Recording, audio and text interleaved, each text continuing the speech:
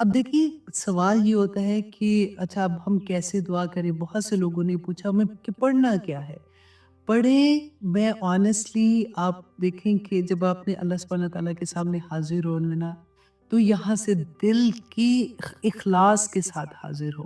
2 رکعت نماز نفل کیونکہ رسول اللہ صلی اللہ علیہ وسلم قیام لمبے کرتے تھے۔ اب ہم قیام کا کیا کریں اگر ہمیں تو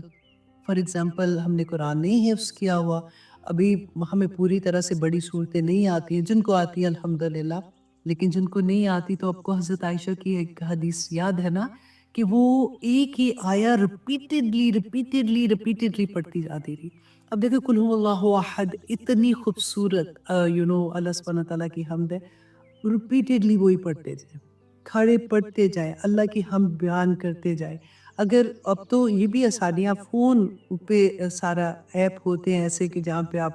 کھول کے پڑھ سکتے ہیں اور آرام سے کیونکہ نفلی عبادت ہوتی ہے نا، نفل میں بڑی گنجائش ہو جاتی ہے۔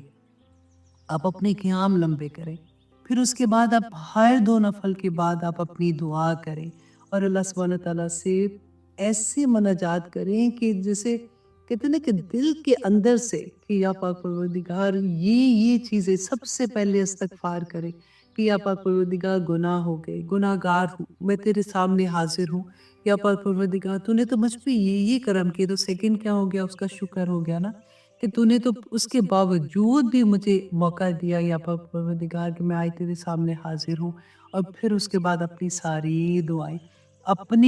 اپنی بچوں کی دعائیں، اپنے ماں باپ کے لیے، اپنے بہن بھائیوں کے لیے، دوستوں کے لیے، سب مسلمانوں کے لیے، سب کے لیے دعا کریں، لکھ لیں کیونکہ یہ اتنی بڑی دیکھیں بعض دفعہ ہوتا ہے نا ہم دعا کرتے ہیں تو ہمیں ہوتا ہے کہ پتہ نہیں سنی جا رہی ہے کہ نہیں، کیونکہ ہماری دعا جو ہوتی ہے وہ پڑھنی نہیں ہے، مانگنی ہے اللہ سے، پڑھنی نہیں ہے، مانگنی ہے۔ ہمیں عادت ہو جاتی ہے نا کئی دفعہ ہم وہ پوری کھول لیتے ہیں وہ کتاب پوری، وہ ایسے پڑھتے ہیں ربنا آتنا فی الدنیا حسنۃ وفی الآخرۃ، ایسے نہیں کرنا۔ اگر آپ کو عربی میں نہیں آتی دعا مانگنی تو کوئی بات نہیں، دعا اپنی زبان سے مانگے، دل کی حضوری کے ساتھ مانگے، اللہ سبحانہ تعالیٰ کے سامنے گڑ گڑا کے مانگے دعا کہ یا پاک پروردگار میری یہ حاجت ہے، کیونکہ لکھا جائے گا، 1 سال کی ہماری تقدیر کے فیصلے لکھے جائیں گے۔ بس دعا کرے کہ یا پاک پروردگار مجھے نہیں پتا، غائب تو آپ ہی کو پتا ہے، اگر میری تقدیر میں یہ لکھ دیا گیا ہے نا تو یا پاک پروردگار آپ تو اس کو ٹھیک کر سکتے ہیں، تو میرے حق میں یا پاک پروردگار ایسی چیزوں کو ہٹا کے اللہ سبحانہ تعالیٰ اپنی رحمت نازل فرما دے۔ یا اللہ میری اولاد آپ نے اتنی پیاری نعمتیں دی تھیں یا پاک پروردگار، میں وہ حق ادا نہیں کر سکی، میں اس کے لیے شرمندہ ہوں، میں معافی مانگتی ہوں، یا اللہ ان کو ہدایت دے دے۔ ربی جعلنی مقیم الصلاۃ ومن ذریتی ربنا وتقبل دعا، یا اللہ مجھے اور میری اولاد کو نماز قائم کرنے والا بنا دے، جب وہ نماز قائم کرنے والے بن جائیں گے تو یا پاک پروردگار پھر ساری چیزیں، کیونکہ اللہ سبحانہ تعالیٰ نے فرمایا نا کہ نماز بے حیائی اور برے کاموں سے روکتی ہے، تو وہ انشاءاللہ رک جائیں گے۔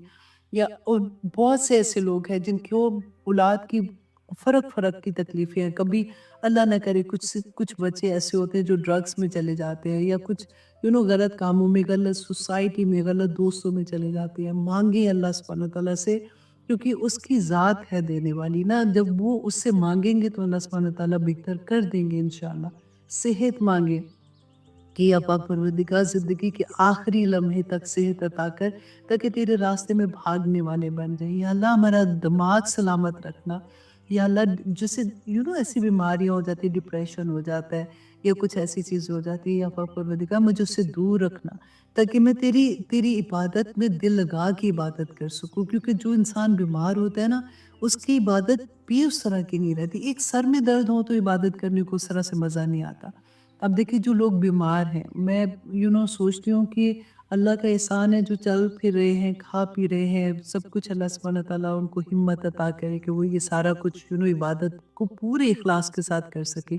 لیکن جو بیمار ہے اللہ سبحانہ تعالیٰ تو جانتے ہیں نا، آپ کے گھر میں اگر بزرگ ہیں تو آپ سوچیں ذرا کہ اگر آپ ان کی خدمت کرنے کے لیے ان کے کمرے کی طرف جاتے ہیں نا، 70,000 فرشتے آپ کے ساتھ جاتے ہیں اور وہ صبح سے رات تک آپ کے لیے مغفرت کی دعا کرتے ہیں، اور اس میں آپ اپنے لیے بھی دعا کرتے ہیں تو کتنی آمین آپ کے لیے ہوتی ہوگی۔ آپ